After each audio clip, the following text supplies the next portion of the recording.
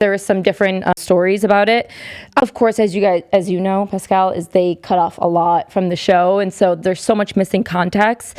It wasn't that my family was not supportive. They were supportive, even though it wasn't their cup of tea.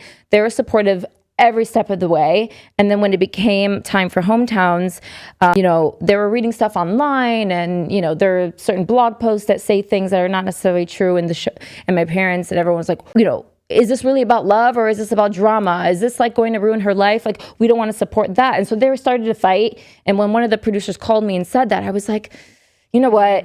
It's been like 8 days since I had seen Grant at that time. And I was like, I'm kind of liking Beverly Hills. I'm kind of liking this freedom.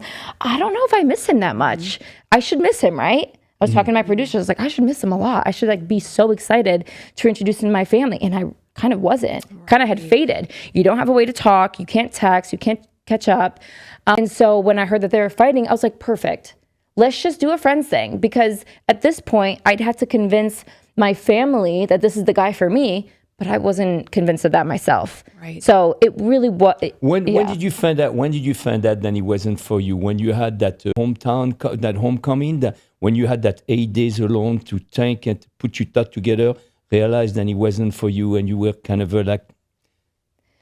Yes, It started first. I would say the first 2 or 3 days I'm staying in LA. I missed him. I was like, I really wondering what's going on, and how things are going with the other girls. And then as the days kept going, I was like, I'm actually pretty good.